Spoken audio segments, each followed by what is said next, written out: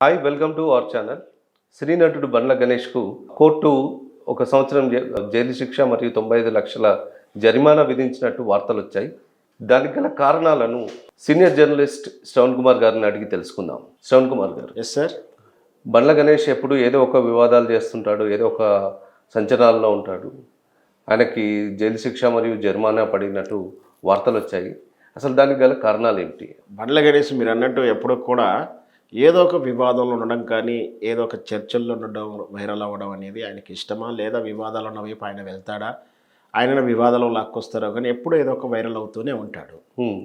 సహజంగా పూర్తిగా ఆయనకు 2 ముక్కల్లో చెప్పాలంటే ఆయన ఒక కామెడీ పీస్ అని కూడా ట్యాగ్ లైన్ వేశారు. ఎందుకంటే సినిమాల్లో కామెడీగా, నటుడిగా కామెడీ అనే, రాజకీయాలు కూడా కామెడీ అనిగానే చూశారు. ఎందుకంటే ఆయన మాట్లాడే తీరు, ఆయన మాట్లాడేటువంటి పద ప్రయోగాలు, ఇవన్నీ కూడా వ్యవహారాలు కూడా ఎంతో ఫన్ క్రియేట్ చేస్తుంటుంది.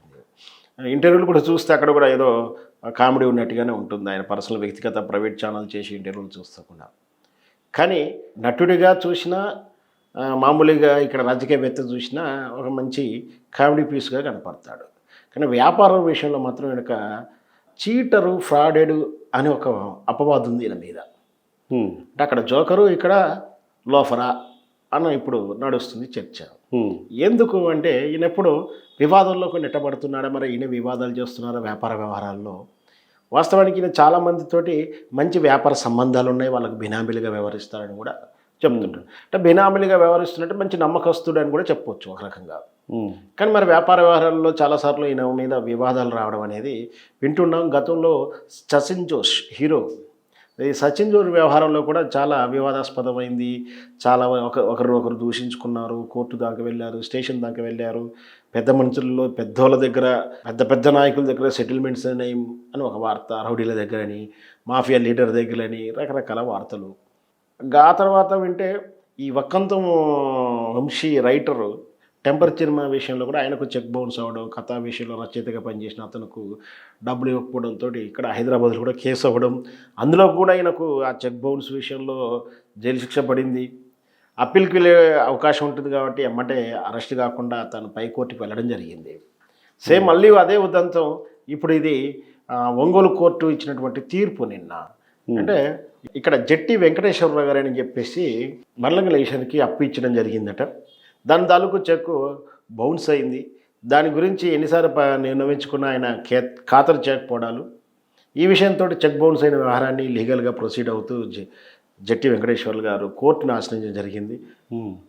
కోర్టులో కూడా ఇతను అటెండ్ కాకపోవడం, ఇతని వాదనలలో బసలేకపోవడం, ఇవన్నీ చూసి కోర్టు కూడా నమ్మింది బండ్ల గణేష్ కావాలని అతని ఉద్దేశపూర్వకంగానే ఆయన అకౌంట్లో డబ్బులు లేకున్నా కూడా చెక్ ఇచ్చి ఇతన్ని మోసం చేసే ప్రయత్నం చేస్తున్నాడని కూడా కోర్టు భావించింది.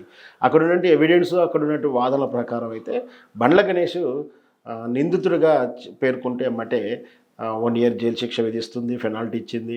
మళ్ళీ పై కోర్టుకు వెళ్ళే అవకాశం కూడా ఉంది. జనరల్గానే ఉంటుంది, జడ్జిమెంట్లో తీర్పుల్లోనే మెన్షన్ చేసినా ఖచ్చితంగా పోవచ్చు.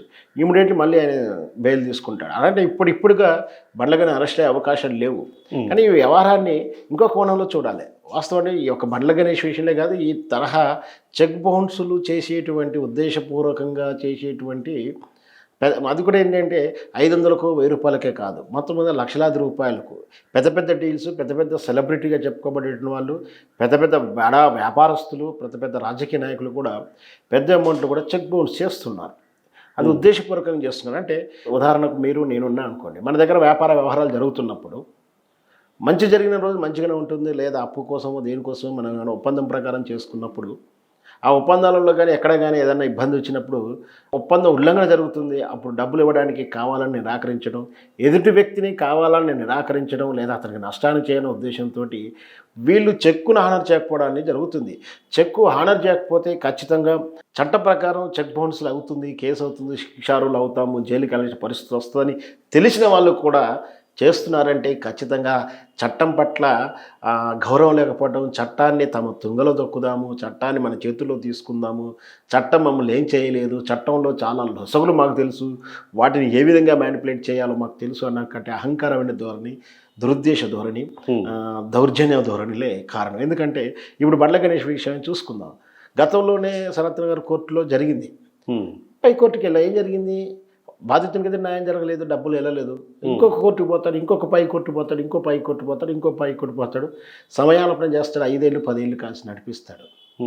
ఆ తర్వాత ఈ కేసులైన అంతే. అంటే ఇక్కడ ఏంటంటే ఉద్దేశపూర్వకంగా వీళ్ళు కావాలని చేస్తున్నారు కాబట్టి చెక్ బౌన్స్ కేసు చట్టరీత్యా తప్పని తెలిసినా కూడా చేస్తున్నారంటే చట్టంలో ఉన్నటువంటి సెక్షన్లు వీళ్ళకు అనుకూలంగా లేకున్నప్పటికీ దాని పట్ల వీళ్ళకి భయం అనేది లేదు.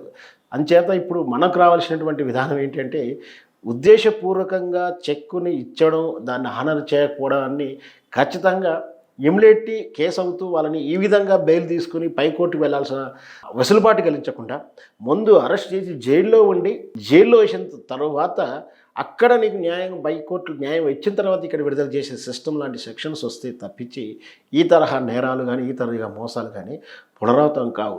మొత్తం మీద ఒక బండ్ల గణేష్ను మాత్రమే ఇక్కడ చూడకుండా ఈ వ్యవస్థలో జరుగుతున్నటువంటి చాలామంది చాలా రాజకీయ నాయకులు, వ్యాపారస్తులు, రియలేటర్లు ఖచ్చితంగా ఇలాంటి ఉద్దేశంతో, ఎందుకంటే ఈ కోర్టు కాదు ఇంకో కోర్టు 10 ఏళ్ళు మిమ్మల్ని ఇబ్బంది పెడతాను, మీకు 1 రూపాయి అయితే ఇవ్వను కానీ మిమ్మల్ని కోర్టు చుట్టూ తిప్పుతాను, మీకు 10 ఏళ్ళ తర్వాత కూడా ఇస్తాను ఇవ్వను కూడా తెలియదు, ఇట్లా తాత్కాలికంగా నష్టపెట్టడం, మోసం చేసే వాళ్ళందరూ కూడా బడా వ్యక్తులై ఉండడం వల్ల వాళ్ళకి వివిధ రకాల కంపెనీలు ఉండడం వల్ల వాళ్ళ ప్యానల్ అడ్వకేట్స్ అనే వాళ్ళు ఉంటారు. అంటే నెలకు సాలరీస్ తీసుకొని ఖాళీగా ఉండేది, అంటే వీళ్ళ కంపెనీకి ఏం పని ఉండదు, కంపెనీలో ఏదన్నా అగ్రిమెంట్ చేస్తున్నప్పుడు న్యాయ సలహాలు చెప్తారు, అంతకు మించిన పని ఉండదు.